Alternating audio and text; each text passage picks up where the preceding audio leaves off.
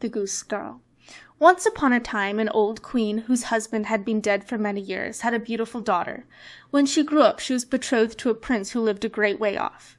Now, when the time drew near for her to be married and to depart into a foreign kingdom, her old mother gave her much costly baggage, and many ornaments, gold and silver, trinkets and knickknacks, and, in fact, everything that belonged to royal trousseau. For she loved her daughter very dearly. She gave her a waiting maid also, who was to ride with her and hand her over to the bridegroom, and she provided each of them with a horse for the journey. Now the princess's horse was called Falada, and could speak. When the hour for departure drew near, the old mother went to her bedroom, and taking a small knife, she cut her fingers till they bled.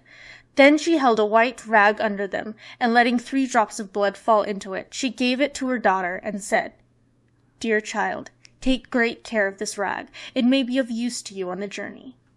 So they took a sad farewell of each other, and the princess stuck the rag in front of her dress, mounted her horse, and set forth on the journey to her bridegroom's kingdom. After they had ridden for about an hour, the princess began to feel very thirsty, and said to her waiting maid, "Pray get down and fetch me some water in my golden cup out of yonder stream. I would like a drink." "If you're thirsty," said the maid, "dismount yourself, and lie down by the water and drink. I don't mean to be your servant any longer." The princess was so thirsty that she got down, bent over the stream, and drank, for she wasn't allowed to drink out of the golden goblet. As she drank, she murmured, "Oh, heaven, what am I to do?" And the 3 drops of blood replied Thummerhouse, "If your mother only knew, her heart would surely break in 2.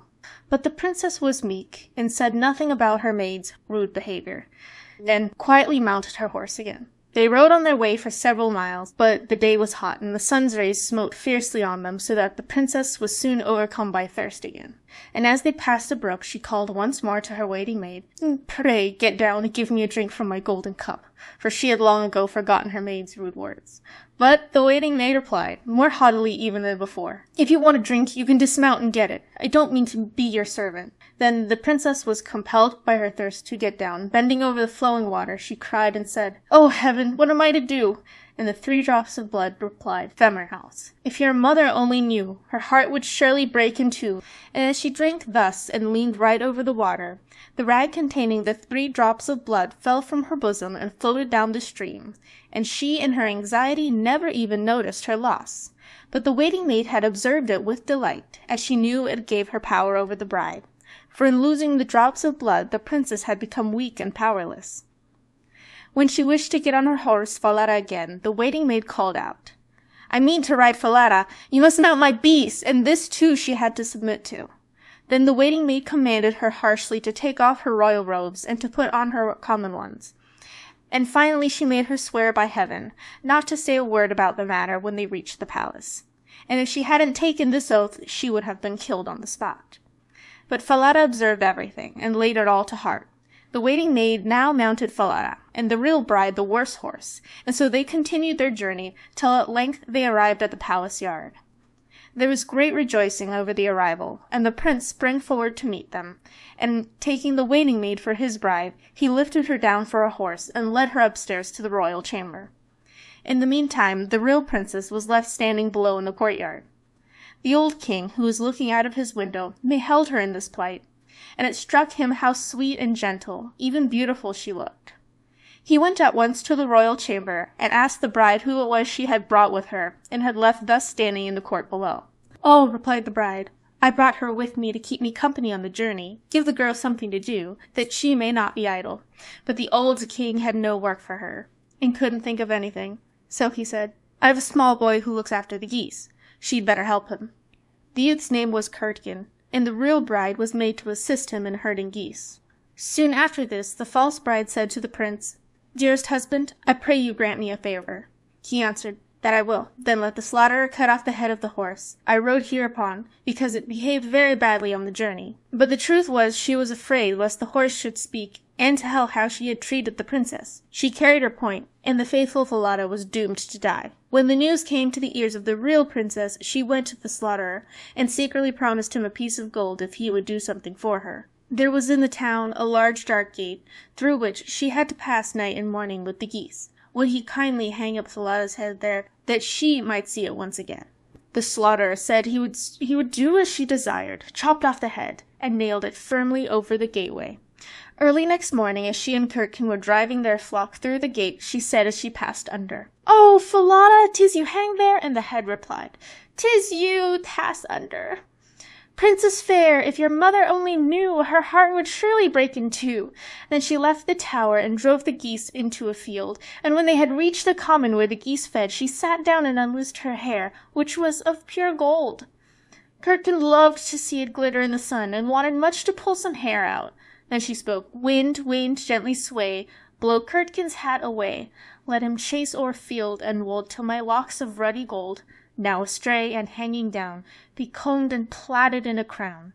Then a gust of wind blew Curdken's hat away, and he had to chase it over hill and dale. When he returned from the pursuit, she had finished her combing and curling, and his chance of getting any hair was gone.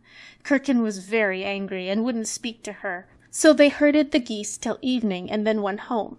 The next morning, as they passed under the gate, the girl said, "Oh, Falada, 'tis you hang there." And the head replied, "'Tis you pass under, princess fair.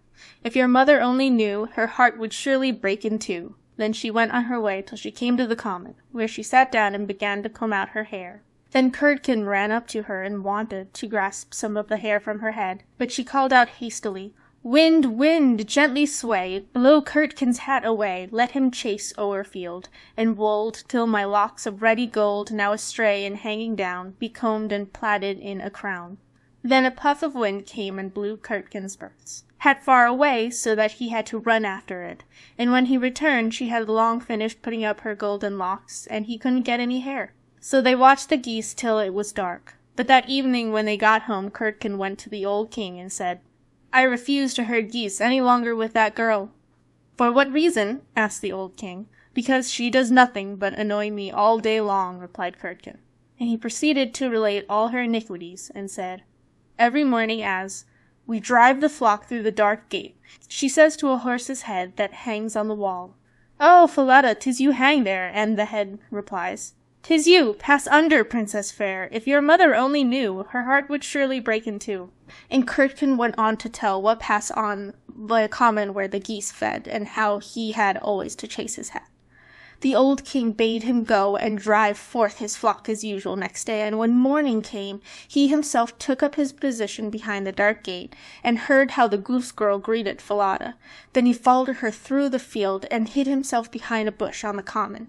He soon saw with his own eyes how the Goose Boy and the Goose Girl looked after the geese, and how after a time the maiden sat down and loosed her hair, all that glittered like gold, and repeated, "Wind, wind, gently sway, blow Curdken's hat away. Let him chase o'er field and wold, till my locks of ruddy gold, now astray and hanging down, be combed and plaited in a crown." Then a gust of wind came and blew Curdken's hat away, so that he had to fly over hill and dale after it, and the girl in the meantime quietly combed and plaited her hair. All this the old king observed, and returned to the palace without anyone having noticed him. In the evening, when the Goose Girl came home, he called her aside, and asked her why she behaved as she did. "I may not tell you why. How dare I confide my woes to anyone? For I swore not by heaven, otherwise I should have lost my life." The old king begged her to him all, and left her no peace, but he could get nothing out of her. At last he said, "Well, if you won't tell me, confide your trouble to the iron stove there," and he went away. Then she crept to the stove, and began to sob and cry, and to pour out her poor little heart, and said, "Here I sit, deserted by all the world. I who am a king's daughter, and a false waiting maid, has forced me to take off my own clothes, and has taken my place with my bridegroom, while I have to fulfill the lowly office of Goose Girl. If my mother only knew, her heart would surely break in two." But the old king stood outside at the stove chimney, and listened to her words. Then he entered the room again, and bidding her leave the stove, he ordered royal apparel to be put on her, in which she looked amazingly lovely. Then he summoned his son, and revealed to him that he had got the false bride, who was nothing but a waiting maid, while the real one, in the guise of the ex-Goose Girl, was standing at his side. The young king rejoiced from his heart when he saw her beauty, and learned how good she was, and a great banquet was prepared, to which everyone was bidden. The bridegroom sat at the head of the table, the princess on one side of him, and the waiting-maid on the other, but she was so dazzled that she did not recognize the princess in her glittering garments. Now, when they had eaten and drunk and were merry, the old king asked the waiting-maid to solve a knotty point for him. "What," said he, "should be done to a certain person who has deceived everyone?" And he proceeded to relate the whole story, ending up with, "Now what sentence should be passed?" Then the false bride answered, "She deserves to be put stark naked into a barrel lined with sharp nails, which should be dragged by 2 white horses up and down the street till she is dead." "You are the person," said the king, "and you have passed sentence on yourself, and even so it shall be done to you." And when the sentence had been carried out, the young king was married to his real bride, and both reigned over the kingdom in peace and happiness.